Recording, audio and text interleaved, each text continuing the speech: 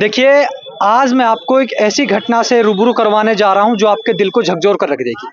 हरियाणा के भिवानी में जो मनीषा के साथ जो घटना हुई है, जिन दरिंदगों ने एक 19 साल की शिक्षिका जो बच्चों को पढ़ाने के लिए एक स्कूल में जाती थी, उसके साथ ये दरिंदगी की गई।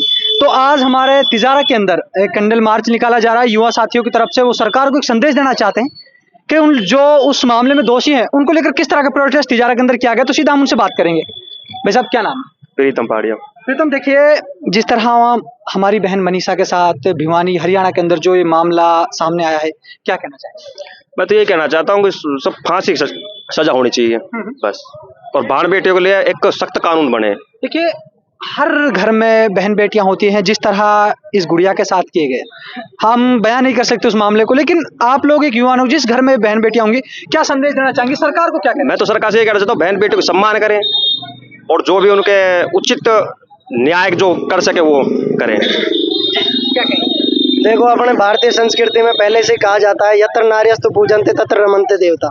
ये पुराना अपना श्लोक है जो अपन बचपन से पढ़ते आए हैं कि जहाँ नारियों का सम्मान होता है वहाँ देवता निवास करते हैं। लेकिन भारत में ऐसा पिछले कुछ वर्षों में ऐसा संभव नहीं हुआ है। महिलाओं और लड़कियों बेटियों के साथ अपराध, जघन्य अपराधों की जो मामले हैं वो लगातार बढ़ते आ रहे हैं।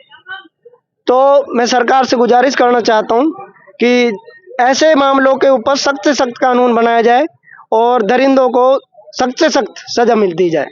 एक तरफ मनीषा की बात की जाए तो वो 19 साल की उम्र में बच्चों को शिक्षित, यानी प्राइमरी बच्चों को वो पढ़ाने के लिए अपने घर से जाती थी।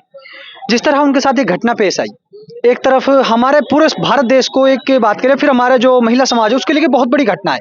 क्या आप सरकार से न्याय की क्या गुहार? देखिए, ये बहन मनीषा अकेली नहीं है।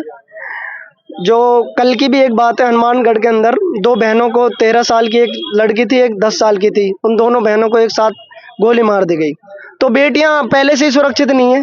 लगातार ऐसे मामले देखने को मिल रहे हैं। पिछले वर्ष भी एक बहुत बड़ा मामला देखने को मिला था, जो नर्स के साथ जो घटना हुई थी बलात्कार की, फिर उसको मार दिया गया। तो ये लगातार चलती आ रही है। सरकार को इस पर कठोर से कठोर कानून बनाने चाहिए और युवाओं को प्रेरणा लेनी चाहिए कि इस प्रकार के जघन्य अपराध ना हो, जिससे सख्त से सख्त कानून होंगे, फांसी की सजा होगी, उन्हें सजा मिलेगी तो एक मापदंड तय होगा और लोग सीख लेंगे और डरेंगे। लोग कानून ऐसे होने चाहिए जो लोगों में डर, भय और आतंक पैदा करे। अब लोग डरते ही नहीं है, तो इस वजह से मैं कहना चाहता हूँ कि बेटियों को सुरक्षित करने के लिए कड़े कानून बनाए जाए। एक तरफ सरकार, या फिर हम बात कर लें, जब हम बात करें ये कहते हैं बेटी बचाओ बेटी पढ़ाओ, वो बेटी पढ़ाओ बेटी बचाओ वाला जो नारा है, या फिर नारा ही है या फिर वो हकीकत में धरातल पर भी नजर आता है सरकार की तरफ से? देखो, अपने राजस्थान पुलिस का भी एक नारा है कि आम आदमी में विश्वास और अपराधियों में भय। वो तो स्लोगन कभी तक शाश्वत तरीके से किसी भी चीज पर लागू नहीं होता है। मैं ये चीजें धरातल पर आएंगी जब तक कुछ नहीं हो पाएगा। धरातल पर ये चीजें आए, कानून का मापदंड धरातल पे आए, धरातल पे लोगों को कठोर से कठोर सजा मिले, लोग सीखेंगे उस चीज से। जब किसी मामले का कड़ा कानून बनेगा तो अपने आप ही ये मामले खत्म हो जाएंगे। और राक्षसी युग आ चुका है। रावण के समय में भी सीता सुरक्षित थी, लेकिन आज के समय में बेटियां सुरक्षित नहीं है, जो कि 21वीं सदी चल रही है। हमारा देश, विकसित भारत, बहुत आगे निकल चुका है और बेटियां कहीं राष्ट्रपति है, इस देश की राष्ट्रपति महिला है। तो ये दुर्भाग्य है इस देश का कि महिला राष्ट्रपति होते हुए भी ऐसे अपराध और ऐसे मामले सामने आ रहे हैं।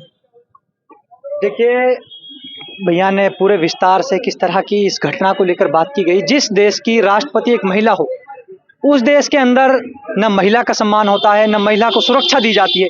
एक तरफ सरकार कहती है बेटी बचाओ बेटी पढ़ाओ, न उन बेटियों के लिए कोई सुविधा दी गई है।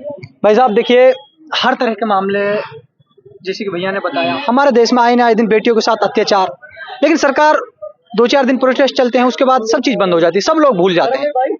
कहीं ना कहीं देखने को यही मिलता है कि सरकार आम जनता की आवाज को दबाती है, और वही मनीषा बहन के साथ भी यही हो रहा है।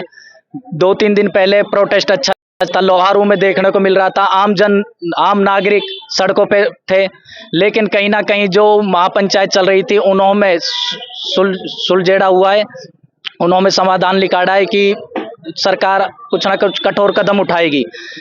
तो आज देखने को मिला कि उसने, मनीषा ने, कि सुसाइड नोट खुद ने लिखा है भाई वो टाइप हुआ ऑर्डर वो कोई लिखा नहीं है, और उसने सुसाइड नोट लिखा था तो तुरंत मिलता। सुसाइड नोट मर्डर होने के बाद जो भी हुआ है हमारी बहन के साथ गलत हुआ है, तो सुसाइड नोट आज क्यों मिला? अगर वो 11 तारीख को लापता थी, 11 तारीख को अपने घर पर सुसाइड नोट दे के जाती, रख के जाती कहीं पर। उसकी मृत्यु होने के बाद 2 दिन बाद आज सुसाइड नोट मिला है, अब भाई मनीषा ने खुद सुसाइड की है। तो ऐसा तो कुछ नहीं है, सरकार दबा रही है, आम नागरिक परेशान है, आम नागरिक इससे भी ज्यादा विरोध करेगा। आज राजस्थान में मैं तो ये कहता हूं कि प्रदेश में और देश में हर जगह प्रोटेस्ट होगा। आपको नहीं लगता कि पुलिस कहीं ना कहीं उन अपराधियों को बचाने के, आपने कहा कि 11 अगस्त का मामला आज 19 अगस्त हो चुका है, तकरीबन 8 दिन मामले को हो चुके हैं, और आज उस प्रेस नोट को आम जनता के सामने कहा जा रहा है कि सुसाइड नोट खुद ने लिखा है। आपको लगता है कि कहीं ना कहीं पुलिस या फिर सरकार उन लोगों ने घटना को अंजाम दिया उन लोगों को बचाने का काम कर रही है? बिल्कुल यही लग रहा है कि सरकार कहीं ना कहीं जो भी अपराधी है उनको बचाने की कोशिश कर रही है, वरना 8 दिन में कुछ ना कुछ खुलासा होता और ये भाजपा सरकार फैले, यही हरियाणा में देखने को मिल रहा है। तो आगे का किस तरह का प्रोटेस्ट किया जाएगा अगर आप लोगों की तरफ, जैसे आज आपने अपने शहीद स्मारक तिजारा के अंदर जो कैंडल मार्च निकाला है, आगे की क्या आज प्रोटेस्ट चालू किया है। इससे आगे अगर हमारी बहन मनीषा को इंसाफ नहीं मिलता है तो हम इससे भी जन आक्रोश के साथ जुलूस निकालेंगे और बहुत कड़ा विरोध करेंगे, पूरे प्रदेश में विरोध करेंगे। NSUI टीम समस्त राजस्थान में जगह जगह प्रोटेस्ट करेगी और हरियाणा सरकार को मजबूर करेगी ताकि बहन मनीषा को इंसाफ मिले। जी भाई। मैं उज्जवल लखेरा। आज हम सभी युवा साथियों ने तिजारा इमली चौक शहीद स्मारक पर बहन मनीषा को न्याय दिलाने की मांग को लेकर कैंडल जलाकर न्याय की मांग की है। हमारे देश में एक तरफ तो सरकार का नारा है कि बेटी बचाओ और बेटी पढ़ाओ, दूसरी तरफ इस तरीके के बलात्कार आए दिन देखने को मिलते हैं। हर दिन बलात्कार की खबरें आती है अखबार में, न्यूज़ चैनल्स पे। जैसे ही ये घटनाएं होती है, ये घटना हमारे प्रशासन को और हमारे जो कानून व्यवस्था है उसकी धज्जियां उड़ा देती है। जैसे सरकार ये कहना चाहती है कि बेटी बचाओ बेटी पढ़ाओ, उसी हिसाब से अगर आप कानून व्यवस्था बनाएंगे, जो बलात्कारी हैं उनको अगर आप फांसी की सजा दो या उससे भी कड़ी कोई सजा है आपकी नज़र में तो आप वो लागू करो, और उन बलात्कारियों को फांसी या जो भी सजा आपकी नज़र में सबसे ज़्यादा कठोर है वो दे, और उन बलात्कारियों को कड़ी से कड़ी सजा जो दी जानी चाहिए। ठीक है।